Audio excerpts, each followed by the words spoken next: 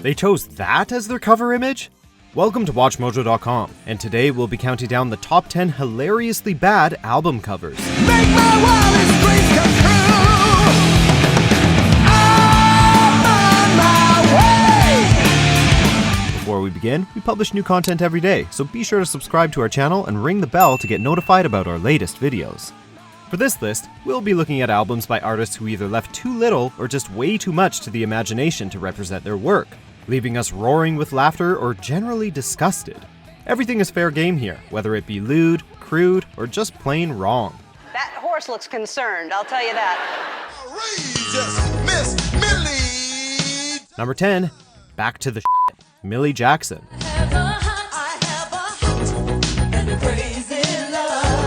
It's a widely known fact that everybody poops. However, we all don't need to be remembering this whenever we put on some music.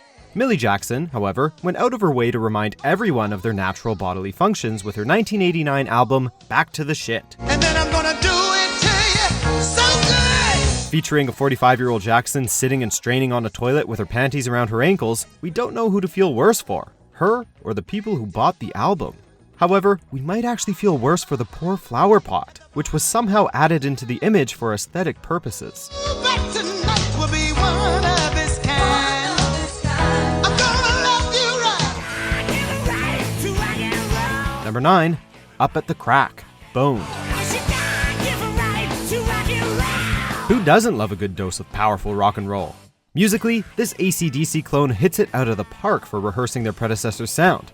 However, they seem to fail in the cover department by leaving very little to the imagination. In a genre of music where sexual innuendos are key to creative songwriting, this album cover just left more fans laughing at the poorly photoshopped guitar neck sticking out of an unknown man's open jeans. Along with an AC/DC style font for the band's name, they lost a lot of points for originality and never truly made it as big as their heroes. Maybe next time they will be more metaphoric. Number 8, I Love My Life, Jim Post. And I love my life. We gotta hand it to this 1970s country rock star for courageously bearing it all for the camera in what we can only assume was an attempt at channeling a 1970s shampoo commercial. If you shower in the yard, you might be a redneck. Instead of a glamorous shot, however, the public got a bizarre yet hilarious image of Jim staring at us with a semi-crazed look in his eyes while being rained on by a torrent of water. Along with a mustache that borders on pervy, this album cover provides way more questions than answers, considering country music's usual emphasis on manlier things than showering in your backyard. Number 7, Cerrone's Paradise, Cerrone. Modern art, meet bad album cover. Electronic artist Mark Cerrone surely did when he conceived that exact combination for his second solo record. Only he also threw himself in there wearing a zipped open white jumpsuit. Taken in what looks like a high school gym shower, this album cover is thrust into weirdness overload. More worthy as a piece of performance art, the original cover was released only in Europe, while the North American market got a way more toned down image of Cerrone wearing a Hawaiian shirt. However, those ugly black shower tiles still made it into the final product.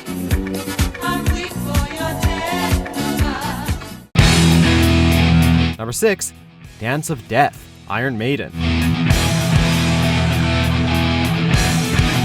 Even some of the greatest music icons have released something that deserves a double take.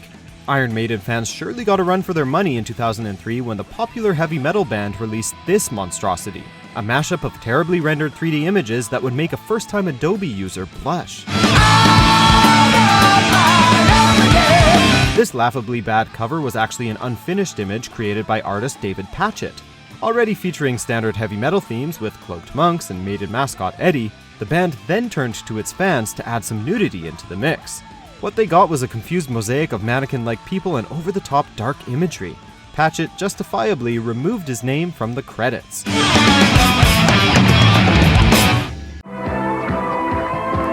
Number 5, Por Primera Vez, Tino. In an era where artists like Michael Jackson and Prince were topping the charts with flamboyant and slightly bizarre album covers, Spanish pop star Tino Fernandez decided to give the sexy vibe a go with his first solo album, Por Primera Vez. and failed miserably. Seen groping himself while lying spread-legged seems a little much when considering that Tino was 16 years old at the time.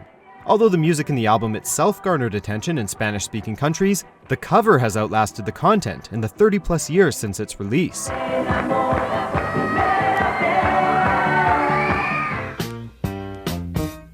Number 4, By Request Only, Ken Snyder. I don't want this. Sometimes the biggest flaw of an album cover is the fact that the artist's face is on it. Christian pop singer Ken Snyder didn't get this memo and managed to double his efforts by having himself grace the cover image not once, but twice. A modern religion, no indeed. In true DIY fashion, Ken sold copies of his record out of the trunk of his car after gaining a following in gospel music. He surely must have scared a few customers away when they finally saw the album cover depicting what could only be described as a wax sculpture of a serial killer. However, exposure on the internet has led this album cover to become a meme of its own.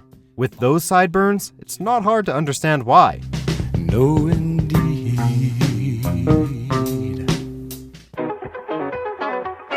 Number 3, Bubbling Over, Dolly Parton.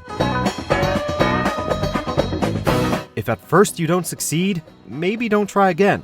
Country music superstar Dolly Parton became the subject of ridicule upon releasing her 12th studio album, Bubbling Over. She'd have given me the back of her hand if she'd have seen me with that traveling man. Already featuring an image of Parton standing on a lawn, the concept artist working on the album cover decided to add a second Parton face magically appearing in the waters of a sprinkler, obscuring the image. Not only is the effect horrible, it raises many questions as to why they chose to invest the time in adding it to the final image.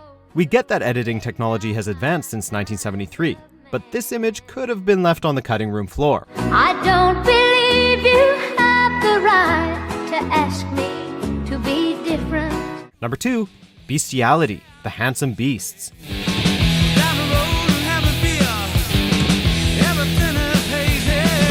While heavy metal music seems inclined to offend those who aren't in its target audience, this one certainly crossed a line. Depicting their portly and dirty lead singer Gary Dalloway caressing a large pig, this album sought to disgust just about anyone who dared to look at it. The British metal band obviously did not learn their lesson when the Large Man and Pigs theme was revisited 13 years later on the cover of their equally badly designed album, 04. Although, we gotta hand it to them for sticking to their guns. Before we reveal our top pick, here are a few honorable mentions.